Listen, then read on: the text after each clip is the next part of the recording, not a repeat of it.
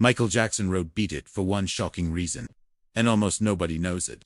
Before we jump in, hit subscribe so you never miss these incredible stories.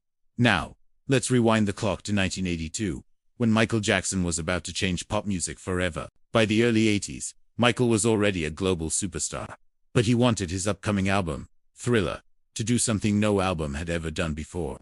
He had a vision to unite the worlds of pop, rock, and R&B, all in one place. He wasn't just aiming for a hit.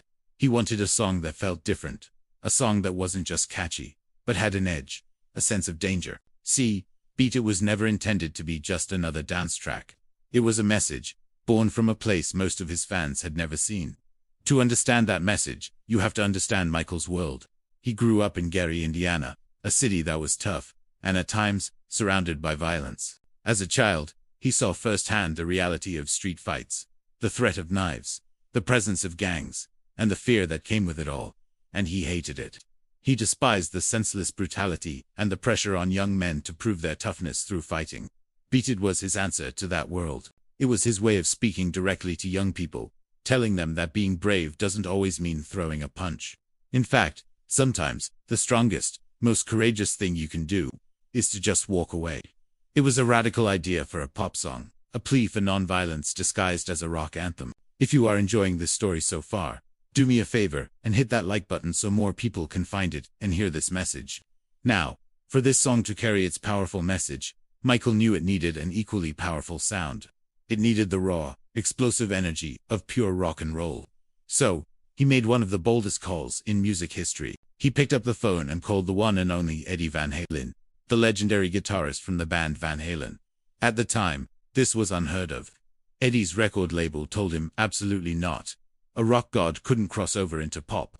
But Eddie didn't care about the rules. He said absolutely yes. He walked into the studio, listened to the track just once, turned to Michael, and asked if he could mess around with it a little bit. What happened next is pure music history. In about 20 minutes, Eddie delivered the most iconic, face-melting guitar solo ever heard in a pop song.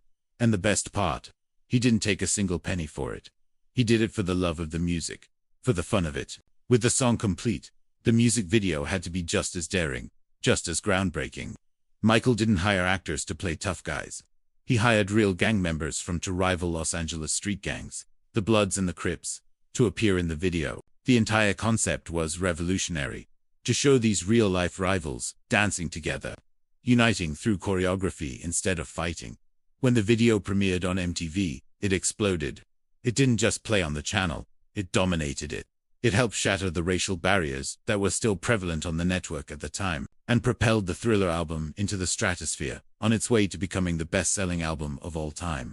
Beat It went on to win 2 Grammy Awards, became one of the biggest and most recognizable songs of the decade, and was a key part of what made Michael Jackson the undisputed king of pop, the most powerful artist on earth. But beneath the iconic red leather jacket, the unforgettable dance moves, and that blistering guitar solo, the song was always, at its heart, a plea.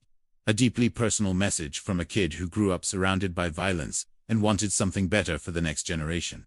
His message was simple: walk away. Choose peace over pointless conflict. And live to dance another day. If you want more stories behind legendary songs like this one, drop a comment below, like the video, and make sure you hit subscribe so you don't miss what's coming next. Thanks for watching.